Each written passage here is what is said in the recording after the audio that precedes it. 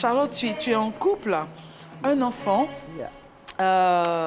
licence en Computer Science, donc c'est un diplôme que tu as obtenu pour l'ordinateur. Enfin, comment est-ce qu'on peut traduire ça?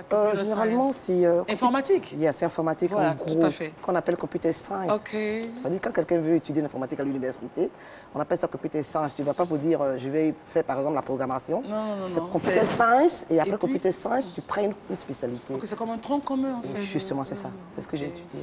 D'accord. Comme moment difficile, je retiens 14 interventions chirurgicales. Wow. Mon Dieu, c'est dur, hein, c'est énorme. Très. Et c'était dû à quoi? Mais, quand je suis arrivée de Paris, un an plus tard, je commençais à avoir mal au ventre. Okay. Et c'était des douleurs vraiment très violentes. Ouais. Donc je vais à l'hôpital.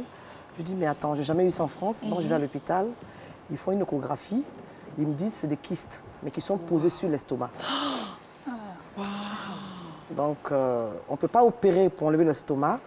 Ce qu'on va faire, on va faire l'insufflation, c'est-à-dire aspirer les kystes. Donc, ils me font la première opération, je crois, en 2001. Parce que je suis arrivée en Angleterre en 2000. Okay. Ils font ça en 2001. Pour moi, après la première opération, c'est fini. Oui, bien sûr. 6 mois plus tard, je repars à l'hôpital.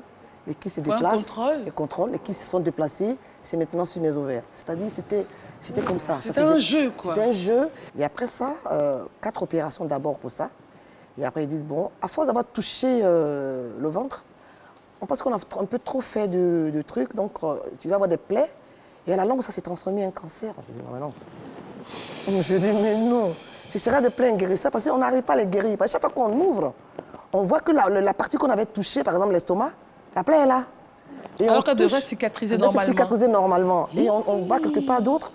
Et ensuite, depuis la plaie sont que là. les kystes aussi se déplacent dans le ventre. Et les plaies sont encore là. Mais c'est incroyable. Ils disent, mais bon... Et les interventions étaient à... Intervention de chaque 6 mois. C'est-à-dire, on fait... Bon, après ça, après les 4 opérations de l'estomac, quand ils ont dit que c'était des plaies inguérissables, ils ont dit, on n'opère plus. Oh my God. On va juste te mettre sous traitement. Et bon, il faut s'attendre au fait que ça va devenir un cancer. J'ai dit non, moi je ne peux pas avoir un cancer. Des cellules cancérigènes. Non, voilà, parce que c'est des cancérigènes. J'ai dit non, moi je ne peux pas avoir un cancer, mais bon, écoute ça. Je ne pensais pas du tout au cancer en fait. Ouais. Parce que ça, la maladie, c'est ça. Plus tu y penses. Et plus voilà. C'est clair. Donc, voilà, ça. Et aujourd'hui, qu'est-ce que tu retires de. Tu ressors de cela? Tu es ressortie de cela forte? Oui, après 4 opérations de ventre, d'autres opérations qui ont suivi. Ça dit, tu t'es dit, il faut que je me batte. Parce que quand tu as toutes ces opérations-là, en fait, les opérations, c'est la mort, en fait. Parce que quand tu opères, tu es sous anesthésie. Voilà, donc tu peux rester. Donc quand ça se répète, tu te dis, il faut que je me batte. Il faut que je me batte. Pour l'enfant aussi. Surtout pour la petite. Voilà, je vais me battre. Alors, Stéphie, tout va bien.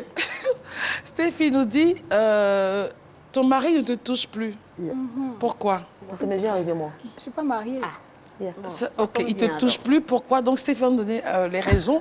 Et puis, Charlotte, on va en parler. Hein. Oui. C'est important à savoir. Pourquoi le monsieur, il dort? Ton voisin te regarde.